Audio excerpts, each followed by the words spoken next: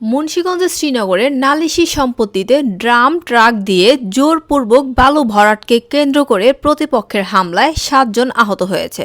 শুক্রবার সন্ধ্যায় উপজেলার লস্করপুর চকেরবাড়ি এলাকায় এ হামলার ঘটনা ঘটে। স্থানীয়রা আহতদের উদ্ধার করে চিকিৎসার জন্য উপজেলা স্বাস্থ্য কমপ্লেক্সে নিয়ে ভর্তি করেন। এই ঘটনায় সেলিম হোসেন লিটন বাদী হয়ে হামলাকারী আজিজ শেখ ও আলেক চান ওরফে মহিউদ্দিনের নাম উল্লেখ করে থানায় অভিযোগ করেন।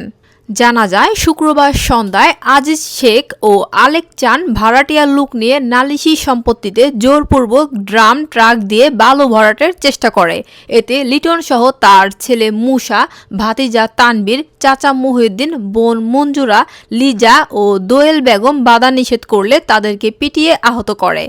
এ বিষয়ে শ্রীনগর থানার অফিসার ইনচার্জ মোহাম্মদ জুয়েল মিয়া বলেন, তদন্ত সাপেক্ষে আইনানুগ ব্যবস্থা গ্রহণ করা হবে। এর প্রতিবাদে আমরা আজকে শ্রীনগরে যে মশাল মিছিল করেছি, এর একটি উদ্দেশ্য আগামী নির্বাচন সুষ্ঠু হতে হবে।